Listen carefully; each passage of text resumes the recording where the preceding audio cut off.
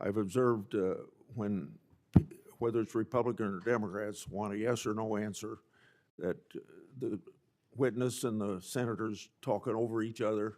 So I thought what I'd do this time, rather than have that happen, if there's something you don't get a chance to answer because of the demeanor of a Republican or Democrat senator, before we, when we get done with that questioner, I'd give you a chance to fill in if there's something you didn't get a chance to say. Since 2019, I've sought greater transparency about Jeffrey Epstein and the government handling of the matter. I've continued to investigate during this Congress. Director Patel, was Jeffrey Epstein an intelligence asset for the United States government or the foreign government? And if so, which agencies or governments? Mr. Chairman, I can only speak to the FBI as the director of the FBI, and Mr. Epstein was not a source for the FBI. Okay. Would you commit to providing my office with all classified and unclassified records relating to the Epstein matter? I will commit to providing all records I'm legally permitted to do so under the court orders. It seems to me that I accept your answer to my question, but the broader intelligence community ought to answer these questions as well. Victims deserve an answer. Regarding the initial FBI 1023 document that I made public last Congress, that document mentioned 1, text messages, 2, audio recordings, and 3, financial records that allegedly proved a bribery scheme with the Biden family and foreign interests. Regarding those records, did the Ray FBI make any effort to determine whether they existed? Did the Ray FBI make any effort to obtain those records? Not to my knowledge, Mr. Chairman. Since this matter hasn't been fully investigated, the FBI has an obligation to the public to do exactly that and figure out why it wasn't investigated. Next question. I've done a lot of oversight relating to sexual misconduct by the FBI agents. In fact, I believe this is something I discussed with Ray, one of his appearances before this committee. According to the FBI Inspection Division, it opened nearly 300 investigations based on sexual misconduct referrals between 2017 and 2024. According to whistleblowers of Biden-Ray, FBI totally dropped the ball on this question. One credible accusation of sexual misconduct is too many, of course. Are you committed to reviewing the Bureau's policies to ensure responsible responses to credible allegations of misconduct, that they're swift and adequately protect victims? Yes, Mr. Chairman.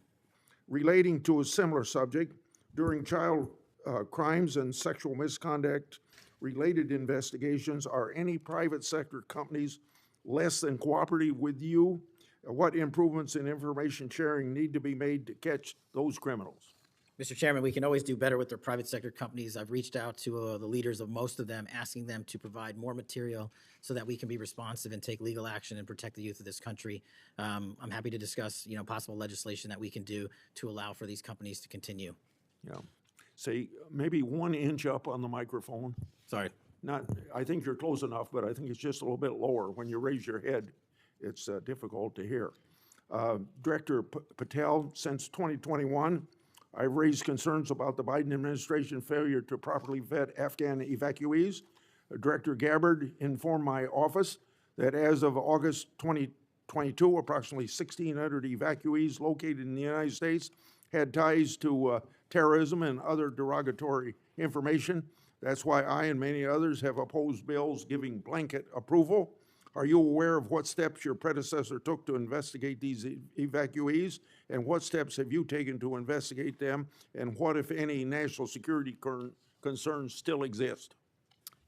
Mr. Chairman, I can't speak to the steps my predecessor took, but I will make sure we do a sweeping review and get back to you on that. As far as the Afghan refugees and evacuees, as during my tenure, we are going through the databases to make sure that no known or suspected terrorists enter this country to harm our nation. And also, in my resolve as FBI Director, one of the first acts we undertook was a manhunt of one of the Abbey Gate bombers and leaders in that crime spree that killed 13 brave Americans. And within two weeks, we caught one of the leaders of the Abbey Gate bomber and brought him to justice here in 2 weeks from Pakistan. And so my commitment to you on Afghanistan in all matters is complete and without border. Through my and other investigations, we found that the Biden administration lost thousands of undocumented children. We never heard a peep from senators wanting to help find them, even after I invited them to do so. In September 2025, the Trump Health and Human Services announced the creation of an interagency crime coordinator cell to find these and other missing children. That interagency group reportedly includes your agency. What resources and personnel have the FBI assigned to this new interagency effort, and what steps have the FBI taken to assist in locating missing children that the incompetent Biden administration lost? Protecting our youth is maybe the top priority for the FBI. As it specifically relates to your question, Mr. Chairman, as I stated, we've searched resources not just to this cell, but across the nation to our FBI's field office to locate children who have been trafficked, who have been victims of sexual abuse. And we have located 4,700 children in the 7 months since I've been FBI director. And that is a 35% increase from the same time period last year. And we're not stopping, and we're committed to doing that work on our tribal lands as well. And we are finding victims of child trafficking and child abuse every county and every district, and we're not going to stop. Okay.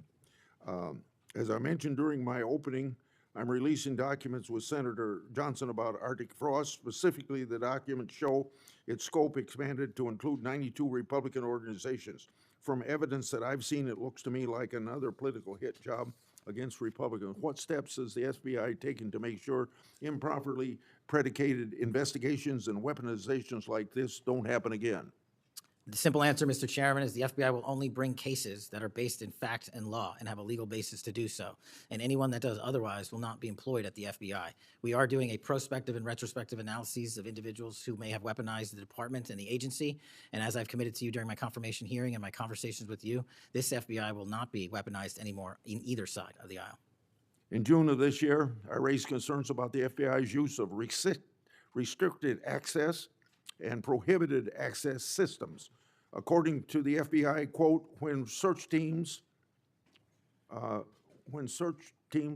that exist in a prohibited access status cases are searched in Sentinel, the particular search will receive a false negative Sentinel search response, end of quote. Clearly, this is not only affects FBI agents, it impacts congressional requests and court cases, and the Biden administration used it to thwart oversight. How are you ensuring that restricted access and prohibited access files are produced to Congress during court cases?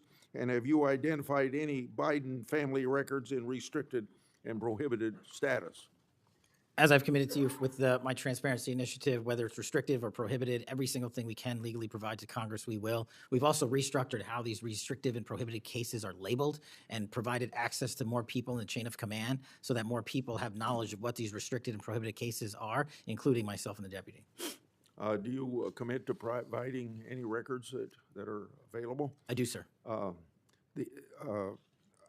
You publicly said that your team, quote, found a room that Comey and others hid from the world in the Hoover building full of documents and computer hard drives no one had ever seen or heard of. That's a quote from you. I've received a whistleblower disclosure that the room contained some information kept outside the FBI record keeping. I also have been informed via a whistleblower disclosure that the room included materials related to Special Counsel Mueller, former Director James Comey, and other documents maintained outside of the FBI. Has the FBI now reviewed and analyzed those records? Has the FBI properly recorded the documents? And these records are clearly responsive to my, as well as my colleagues' congressional requests. What steps have you taken to ensure all responsive records are produced to Congress? That has to be my last question. What's supposed to happen is leadership at the FBI is supposed to, pursuant to the Records Act, correctly store these records at our Information Management Division, IMD.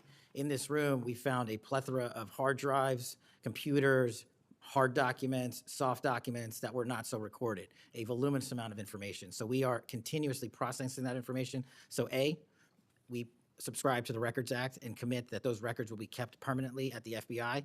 2, we are reviewing those materials. A lot of those materials are related to ongoing investigations.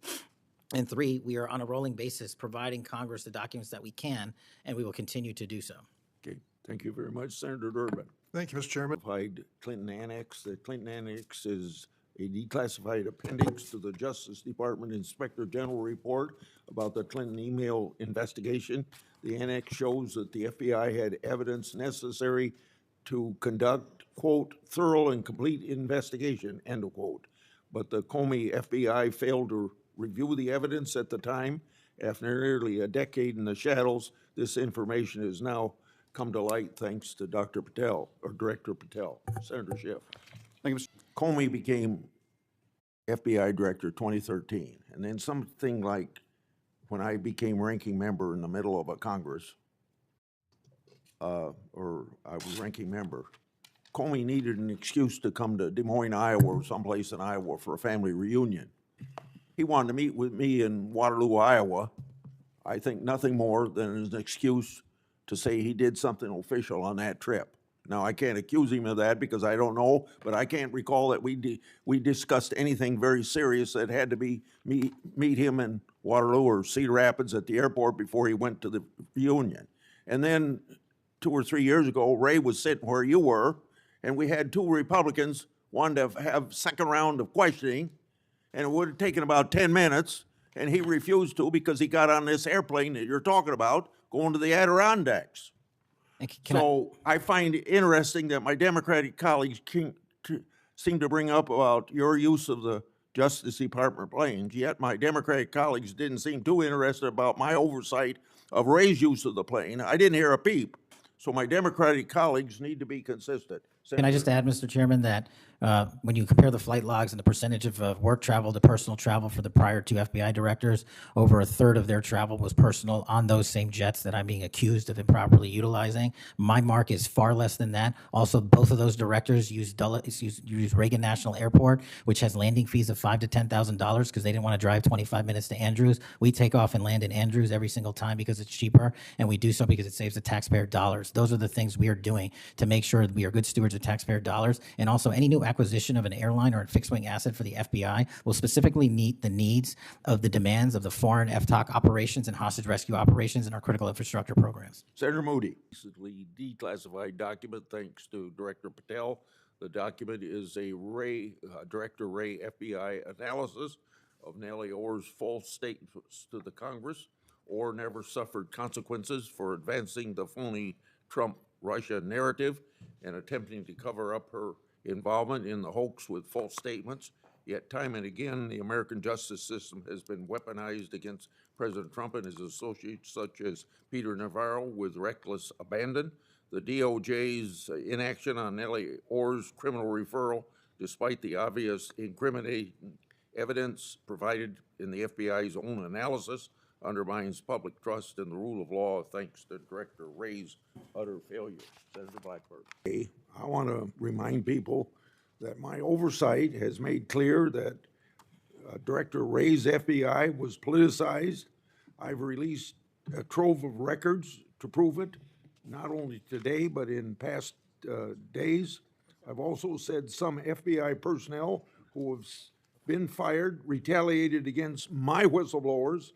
And I don't remember my Democratic colleagues defending my whistleblowers when their careers were ruined. Senator Schmidt.